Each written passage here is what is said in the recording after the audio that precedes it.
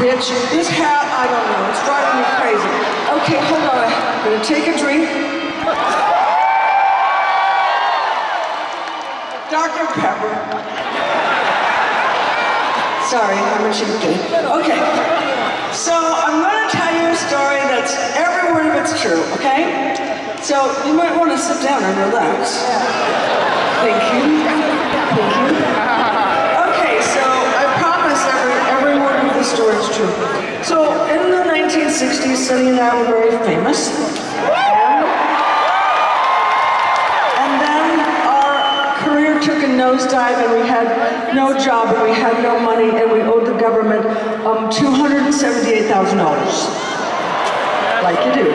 And so Son said, you're going to put on a gown and I'm going to put on a tuxedo and we're going to play dinner theaters.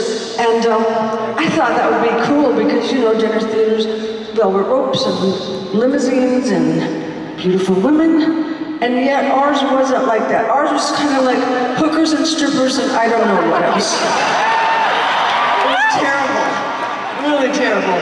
And our first place was the Elmwood Casino in Windsor, Ontario. Yes. You guys don't live there. All right, but so it was terrible, and we played 2 shows a night, 7 nights a week, and the dinner show wasn't too bad because the people were, you know, eating, and so it would be like kind of eating, eating, eating. Oh my God, they suck, eating, eating, eating. But then the midnight show, when the 4 people showed up, that wasn't good because they hated us. And I always thought that, you know, the drunker they got, the more talented we would seem. But it didn't work that way. So one night I just got pissed off and I turned my back to the audience and I started making the band laugh. And Sonny thought that was hysterical, so we started making each other laugh. And I don't know if we saw the Sonny and Cher show, but...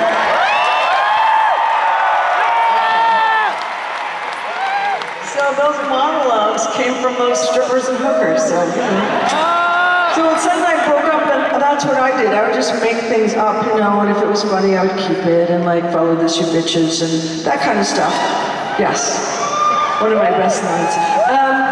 But then one night, I decided that I couldn't come up with anything, so I thought I would tell everyone about the 2 nights it took me to turn 40. So, by Cher. Alright, so it's the night of May 19th and I'm at my favorite club, Heartbreak, yeah, New York, and I was sitting there with my best friend Paulette, and we were sitting on these kind of red leather banquette things, you know, and it has a table in the center and it's got the high back, and so I was kind of sitting up, perched on the high back like this. Kind of like high sailor in your town, but not really.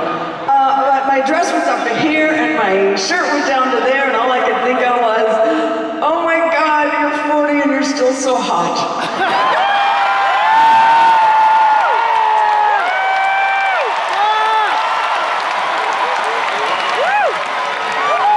And that's the truth.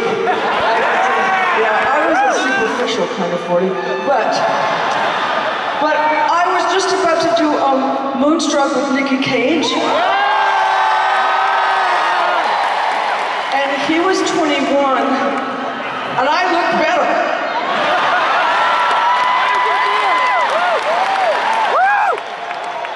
I did. So Polly and I were just sitting there, and we were having a wonderful time, and I was looking around, being happy to be 40. And not turn into some kind of gargoyle at the stroke of midnight. And then I was like, oh my God. So, Polly, you guys are gonna figure this out the moment I say it. Polly, don't look now. Don't look now, Paul, but over my right shoulder is the cutest guy I've ever seen. Polly gets off of the banquette, she gets down on the ground and she goes, where, is it that one? Is he the guy? And so I hit her. So anyway, so his name was Robert Camilletti, and that's another story. But all night, we flirted all night, nothing happened, and I got bored and went home. And I was staying at my friend's hotel my really lovely friend, and he had just gotten out of jail is the short time and prison is the long time. He'd just gotten out of prison. But he was a fabulous guy, and I really loved him, and I think it was tax evasion. Yeah, like you do. And so he owned Studio 54, and anyway, so that night I went to sleep dreaming fabulous dreams of being 40, and then in the morning my telephone rang, and there was a man who said, "Hi, Cher," and I said, "Hi." And now, I just don't want you to clap when I say the name of this film, so just promise me you'll just understand and wait. All right, so his name was George Miller, and he was the director of Witches of Eastwick. Well, you guys are never going to be in one of my films. Okay, so he said hi, and I said hi, and he said, "I just wanted to call you and tell you that I don't want you in my movie, and Jack and I, Nicholson, we don't think you're sexy and you're too old." Yeah. Good morning, 40. It was terrible. I started, just tears were streaming down my cheeks, but I didn't want him to know because, well, this was going to be my big break, and they were just like a torrent of these tears. And usually in Hollywood, when someone, when they insult you, they just hang up. But this guy is from Australia, so he just kept going on and on and on. And he said, "I don't like your walk, and I don't like the way you laugh, and I hate the way you talk, and blah, blah, blah, blah, blah, blah, blah." And finally I said, "Look, motherfucker."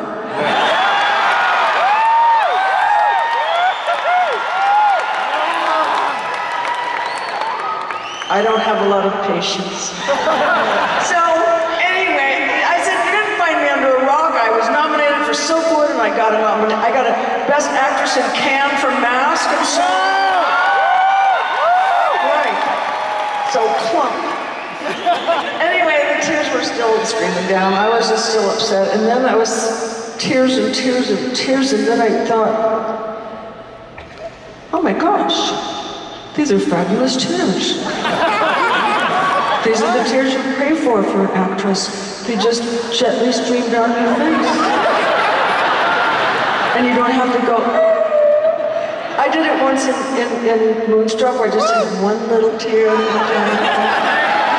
Anyway, so I was thinking, these are fabulous. And then I thought, if you do this, you kind of look like a Madonna. Not the blonde one.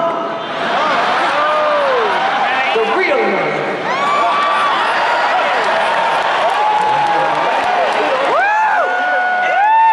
And then I thought, I'm going to stop talking to you, you're crazy.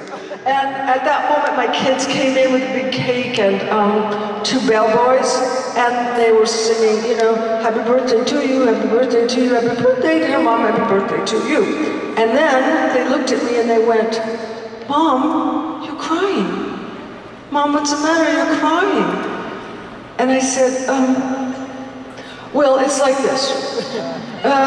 Sometimes when ladies are really happy, they cry from happiness. And they went, "Okay." I said, "All right, go, we'll have the cake later." Okay, oh shit, I forgot to tell you something. I go here when I've forgotten. It's a little interim thing. So I remember I was staying at my fabulous friends who'd been in prison at his hotel, but I owed him $28,000 and I didn't have it. There. I have one other thing. All right, this one's going to seem more strange, but you just have to follow me and trust me, okay? Just trust me, it's going to sound crazy. All right, so since the beginning of the David Letterman show started, they had always invited me to be on, and I never wanted to. Yeah. Right, now we can start this thing. All right. So 3 days before my birthday, the David Letterman show called and said, "How would you like to spend your birthday with Dave?" And I said, "I'd love to for $28,000.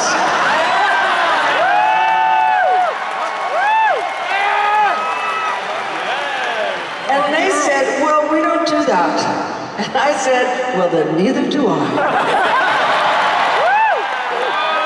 So I hung up, and they called back 20 minutes later, and they said, okay, and I went, cha-ching. But while I was on the phone with the producer, he said, Cher, please, just tell me. I never wanted to come on, but just tell me why. And I said, well, you know, David's very smart, and he's really funny, but if he doesn't like his guest, he can be kind of an asshole. And he agreed with me, and we hung up. So that night, I went there, looking pretty awful, and he was sitting here, and I was sitting here, and he was being funny, I was being funny, and he was being funny, and I was being funnier. And then he said to me, Cher, so why haven't you ever wanted to come on my show? And my head exploded. Because in those days you couldn't see those words. And so I'm trying to think of what to say, and my head is really going round and round, and if I lie, he'll know I'm lying, and I didn't understand what was going on, and out of my mouth while I'm going through all this shit was, because I thought you were an asshole.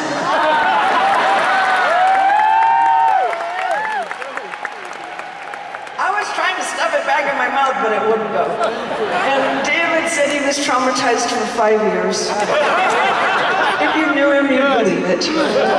So, but we became friends, you know, and on my birthday he sends me a card, and last year he sent me this beautiful card.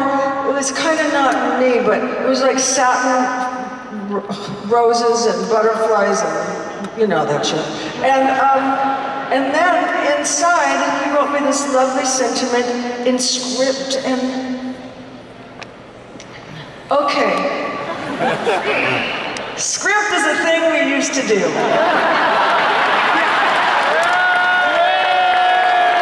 it can be quite beautiful. And you're never going to need it. Okay. So at the bottom of this beautiful card, there was a P.S. and it said, P.S. my mom always likes Sunny better. So I think he's harboring. Anyway, that was then, and I was 40, and this is now, and I'm not. And, I like being 40 better. And I hesitate. I always tell people how old I am, but it just seems so stupid because you don't know why you're applauding. And I think it's either because I'm not dead, or I can still get into my costumes.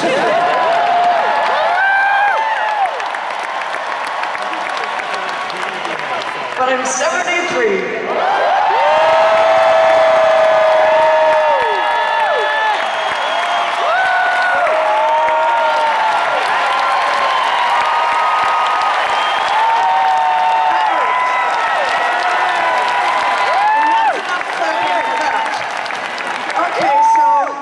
I'm going to start this thing, and I just have one question to ask you before I go, and that is, what is your granny doing tonight?